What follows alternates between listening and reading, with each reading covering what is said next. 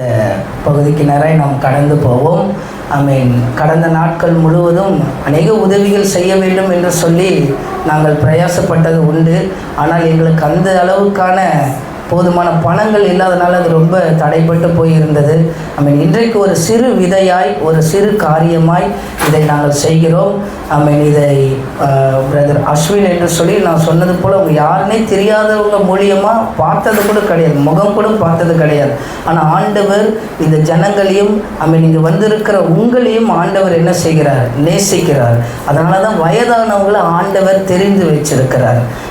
அதனால் உங்களுக்கு நல்ல ஒரு சந்தோஷத்தை இந்த கிறிஸ்மஸ் நாள் அதுவுமாய் கொடுப்பதற்காக கர்த்தர் நம்மளையும் நடத்தி இருக்கிறார். அதற்காக தான் அந்த ப்ரைஸை நமக்கு ப்ரைஸுன்னு சொல்ல முடியாது, ஆண்டவர் மூலியமாக உங்களுக்கு ஒரு நல்ல நன்மையை செய்திருக்கிறார். தொடர்ந்து அநேக நன்மைகளை இயேசு உங்கள் வாழ்க்கையில் செய்வார். நீங்கள் இயேசுவை நம்புங்கள். இப்பொழுது நம்ம மத்தியில் இருக்கிற ரூபி அவங்க முன்பாக வாங்க. வந்து அவங்க அந்த புடவையை மற்றவர்களுக்கு கொடுப்பாங்க. அதை எடுத்துட்டு வாங்க, முன்னாடி சீக்கிரம் வாங்க. வாங்க வாங்க வாங்கம்மா, நீங்கள் வாங்க. அந்த அம்மா வாங்கம்மா. அவங்க வாங்கும்போது நம்ம கை தட்டலாமா? பாட்டிக்கு ரொம்ப சந்தோஷமாக இருக்குல்ல. நீங்களே கிஃப்ட் வாங்கும்போது எனக்கு கை தட்டினீங்களே, கை தட்டுவாங்க, கை தட்டும். பாட்டி வாங்க போகுது.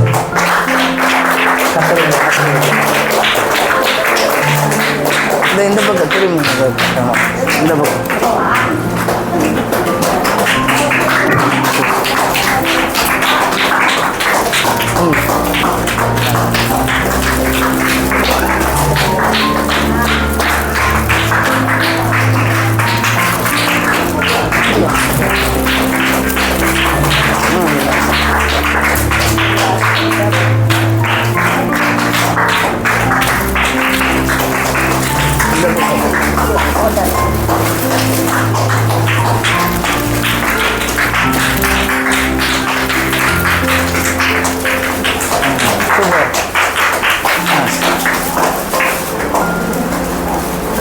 நல்லா கை தட்டி பாட்டியை மக்கள் சந்தோஷமாக, அவங்களுக்குள்ள ஒரே சந்தோஷம். பார்த்து முகத்தில் எவ்வளோ புடவைனாலும் எவ்வளோ ஒரு சந்தோஷம். அம்மா நீங்கள் வாங்கம்மா, நீங்கள் வாங்க, வாங்கம்மா, வாங்க, நீங்கள் வாங்கம்மா.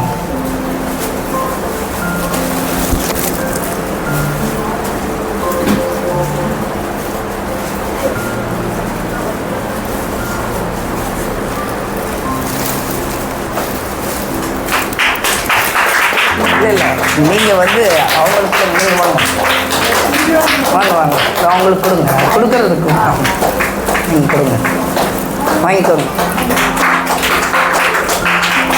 நான் கொடுக்குறேன்.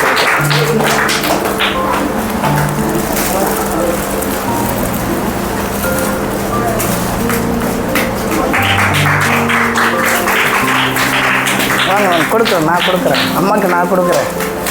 வாங்க, நான் உங்களுக்கு நான் கொடுக்குறேன்.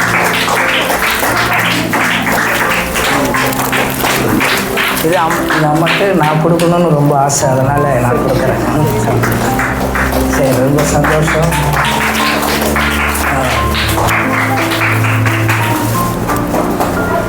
ஆமாப்பா, அம்மாவுக்கு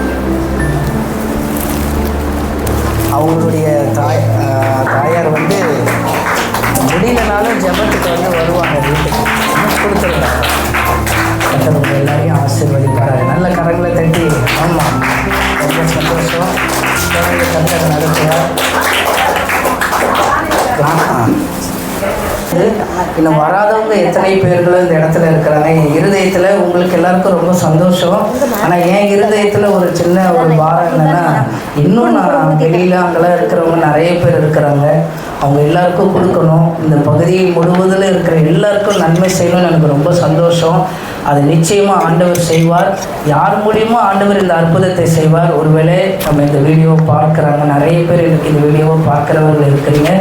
நீங்கள் ஒருவேளை கொடுக்கணும்னு உங்களுக்கு முன் வந்தீங்கன்னா நம்மளுடைய யூடியூப் சேனலில் இந்த டிஸ்கிரிப்ஷனில் நம்மளுடைய நம்பர்கள் இருக்கும்.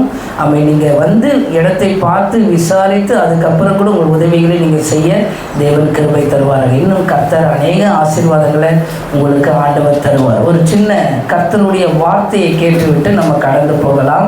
ஆமென். ஆண்டவர் இன்றைக்கு உங்களோடு கூட பேச இருக்கிறார். ஆமென். ஆண்டவர் உங்களோடு கூட இடைபட இருக்கிறார். ஆமென். ஆண்டவர் இயேசுவுக்கு நிறைய பெயர் இருக்கு. ஆனால் வேத வசனம் சொல்லப்பட்டிருக்கிறது, இயேசு நன்மை செய்கிறவராய் சுற்றி திரிந்தார்.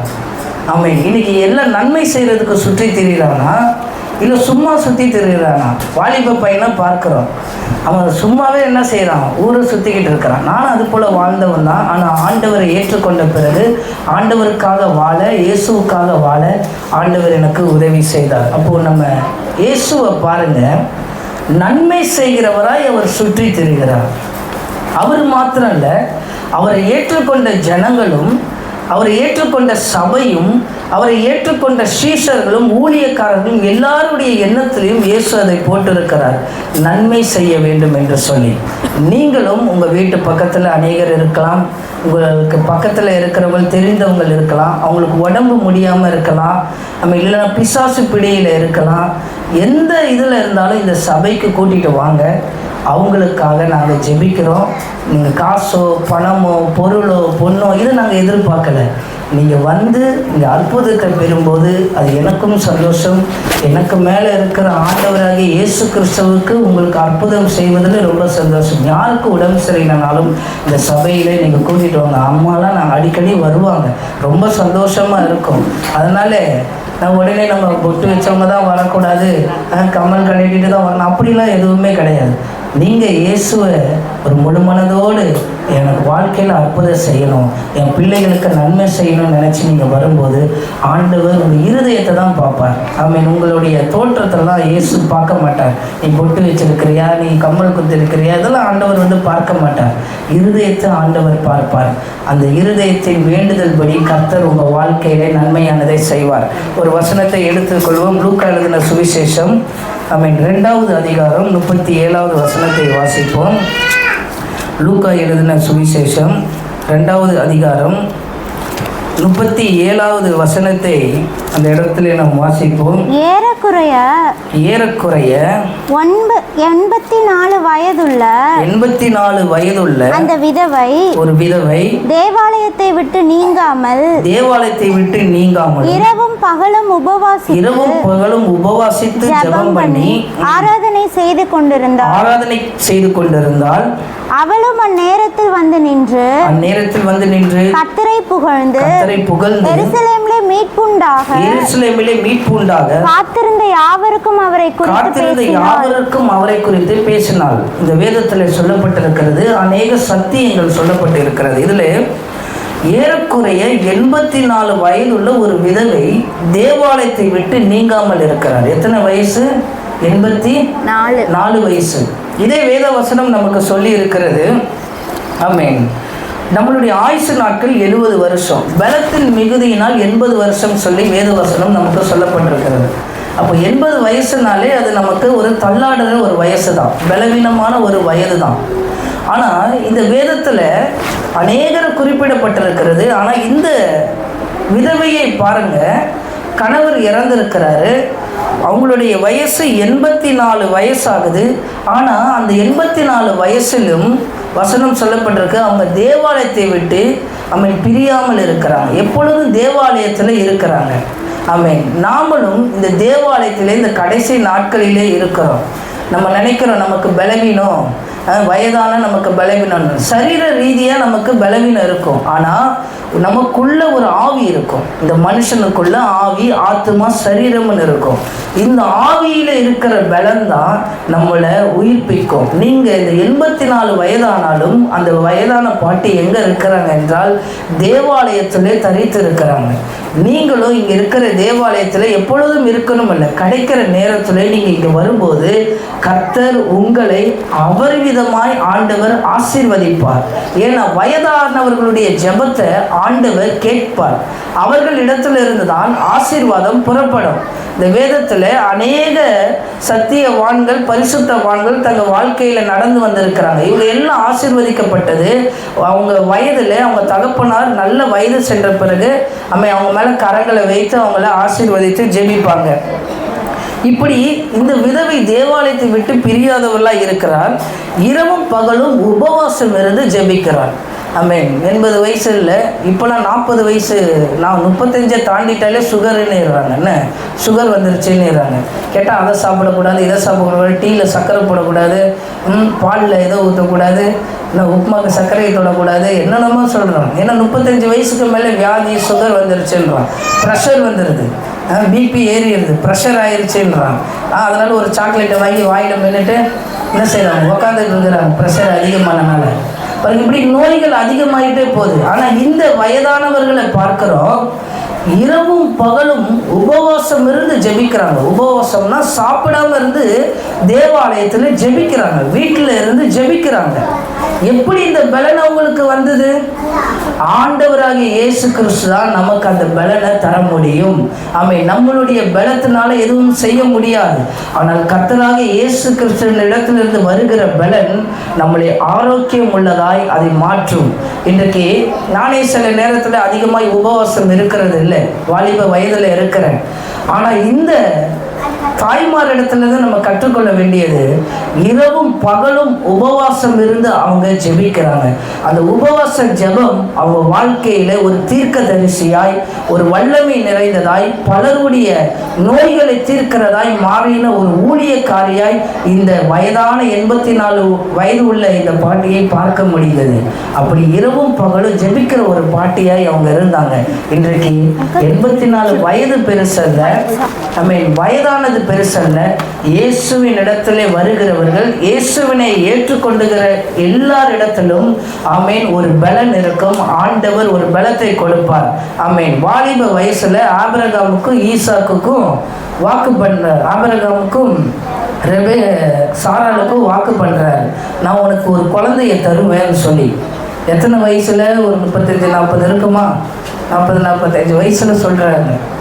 ஆனால் குழந்தை உண்டாகவே இல்லை. இப்போ அவருக்கு ஐயாவுக்கு வயசு 99 ஆயிடுச்சு. யாருக்கு? தாத்தாக்கு வயசு 99. பாட்டி சாராள் பாட்டிக்கு வயசு இப்போ 90 ஆயிடுச்சு. இப்போ 90 வயசு, 90 ஐயாவுக்கு 99, அம்மாவுக்கு 90. ஆனால் இன்னும் குழந்தை இல்லை. ஆனால் ஆண்டவர் இயேசு சொல்லிட்டாரு, கர்த்தர் சொல்லிட்டாரு, நான் உனக்கு என்ன செய்வேன், ஒரு குமாரனை கொடுப்பேன், ஒரு பிள்ளையை கொடுப்பேன்னு. இவங்களும் ஜெபம் பண்ணி பார்க்குறாங்க, ஆண்டவர் இடத்துல கேட்டு பார்க்குறாங்க. பல வருஷம் ஆச்சு. ஒரு இடத்துல ஆண்டவர் சொல்கிறாரு, இந்த உற்பவ காலகட்டத்தில் தேவன் உனக்கு குழந்தைய கொடுப்பாருன்னு மறுபடியும் சொல்கிறாங்க. அந்த அம்மா சிரிக்குது. ஏன்னா 90 வயசு பாட்டி எப்படி குழந்தை பெற்றுக்க முடியும்? அது யாரும் நம்ப முடியாதுல்ல 90 வயசில். ஆனால் ஆண்டவர் சொன்னால் அது நிறைவேறும். ஆண்டவர் வாக்கு கொடுத்தால் அது நிச்சயமாய் அது என்ன செய்ய நிறைவேறும். ஆண்டவர் வாக்குத்தத்தம் பண்ணி இருக்கிறார். இன்றைக்கு ஆண்டவராகிய இயேசு கிறிஸ்து உங்களுக்கும் வாக்குத்தத்தம் பண்ணுகிறார், நான் உன்னோடு கூட இருப்பேன் என்று சொல்லி. அதனால நீங்கள் கலங்க வேண்டாம், திகைய வேண்டாம், பிள்ளைகளை குறித்து பயப்பட வேண்டாம்.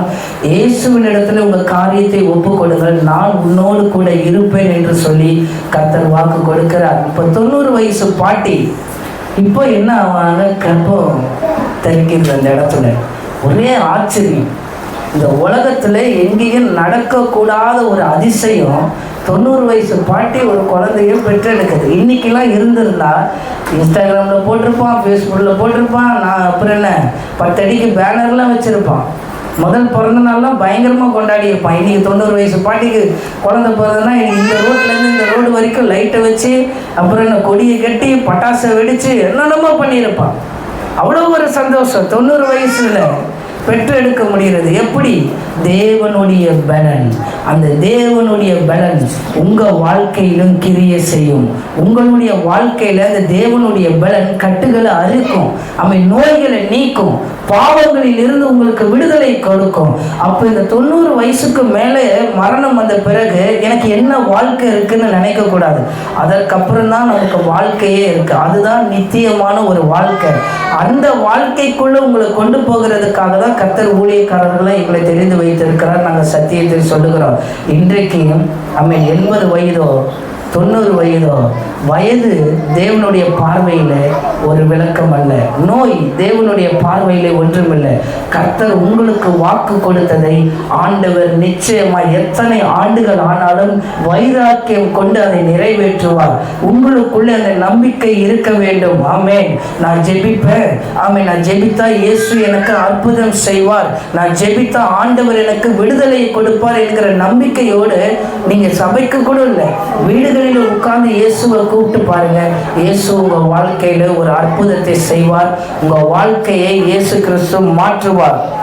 அப்படிப்பட்டதாய் ஆண்டவர் மாற்றி கொடுப்பார். ஆமென். ஒரு இடத்துல வசனம் சொல்லப்பட்டிருக்கிறது, நீ விருந்து வீட்டுக்கு போகிறதை காட்டிலும் துக்க வீட்டுக்கு போறது நலம் அப்படின்னு சொல்லியிருக்கு. அப்படின்னா நீ சந்தோஷமான கல்யாண வீட்டுக்கு போறதை காட்டிலும் பர்த்டே ஃபங்க்ஷன் வீட்டுக்கு போறதை காட்டிலும் ஆமென் மரணம் சம்பவிக்கிற இறந்த துக்க வீடு, மரண வீட்டுக்கு, இந்த செத்த வீட்டுக்கு போறது நல்லது என்று சொல்லி வேதவசனம் சொல்லி இருக்கிறது. ஏனென்றால் அங்கதான் எல்லாருடைய முடிவையும் நீங்க பார்க்க முடியுமா. அப்பதான் சொல்லுவான், அவர் நாள் ஃபுல்லா அந்த அம்மாவை வச்சு பார்த்துருக்க மாட்டான், வருஷம் ஃபுல்லா தான் அம்மாவை வச்சு ஒழுங்கா பார்த்துருக்க மாட்டான். அந்த அம்மா இறந்து என்ன செஞ்சிருப்பாங்க, அங்கே படுக்க வச்சிருப்பாங்க. அங்கே சொல்லுவான், நான் உன்னை அப்படி பார்த்தேனம்மா இப்படி பார்த்தேனம்மா, என்னை விட்டு போயிட்டியம்மான்னு. என்ன பார்க்கும் போதெல்லாம் பார்க்கல, இப்போ என்னை விட்டு போயிட்டேன்னா சில பேர் அப்போதான் சொல்லுவான், இவர் எனக்கு 1 லட்சம் கொடுக்கணும், இவர் எனக்கு 2 லட்சம் கொடுக்கணும், ஏன்னா செத்து போயிட்டார்ல, என்ன வேணா சொல்லலாம்ல. ஆமென். அங்கதான் அவனுடைய முடிவு பார்க்க முடிகிறது. ஆமென். அதேதான் ஆண்டவர் இன்றைக்கு அந்த மரணம் எல்லாருக்கும் ஒன்றுதான். அந்த மரணம் எல்லாருக்கும் சம்பவிக்கும் ஒரு நாள். அந்த மரணத்துக்கு பிறகு கர்த்தர் நமக்கு ஒரு நித்திய வாழ்க்கையை வைத்திருக்கிறார். உங்களுக்கு எந்த பாடுகள் வேதனைகள் இருந்தாலும் நீங்கள் தேவனிடத்துல வாங்கள், இயேசுவின் இடத்துல வாங்கள். அவர் உங்களுக்கு அற்புதத்தை செய்வார். அவர் உங்க வாழ்க்கையை மாற்றுவார். மரணத்துக்கு பின்பாக இருக்கிற எந்த வாழ்க்கையிலும் ஆண்டவர் உங்களை நடத்துவார். ஆமென். இது வெறும் வயதானவர்களுக்கு மாத்திரம் அல்ல. ஆமென். நமக்கும் அது ஒரு பெரிய காரியமாய் கற்றுக்கொள்ள முடியும். ஒரு 84 வயதான பாட்டியின் மூலியமாய் அவங்களால ஜெபிக்க முடியுதுன்னா இன்றைக்கு நம்ம எந்த அளவுக்கு ஜெபிக்கணும், எந்த அளவுக்கு நம்ம இருக்க வேண்டும் என்பதை அறிந்து கொள்ள வேண்டும். கர்த்தர் உங்க வாழ்க்கையில ஒரு பெரிய மாற்றத்துக்கு நேராய் கடந்து செல்லுவார். ஆமென். இந்த இயேசுவினுடைய பிறப்பின் மாதமாய் இருக்கிறது. இந்த மாதத்திலே இந்த 84 வயசு பாட்டி அங்க வாழ்த்துகிறாங்க. அதே போல இன்றைக்கும் இயேசு கிறிஸ்துவினுடைய பிறப்பு இந்த சபையில வருகிற 25 கொண்டாடப்படுகிறது. நீங்களும் வாழ்த்துங்கள், ஆண்டவரை மகிமைப்படுத்துங்கள். ஆண்டவர் உங்க வாழ்க்கையில பெரிய காரியத்தை செய்வார். ஒருவேளை என் வாழ்க்கையில இந்த கஷ்டம் இருக்கு, இந்த குறை இருக்கு, என் பலவீனம் இருக்கு, என் வாழ்க்கை பாவத்துக்கு நேரம் இருக்குன்னா எதற்கும் நீங்க கவலைப்படாதீங்க.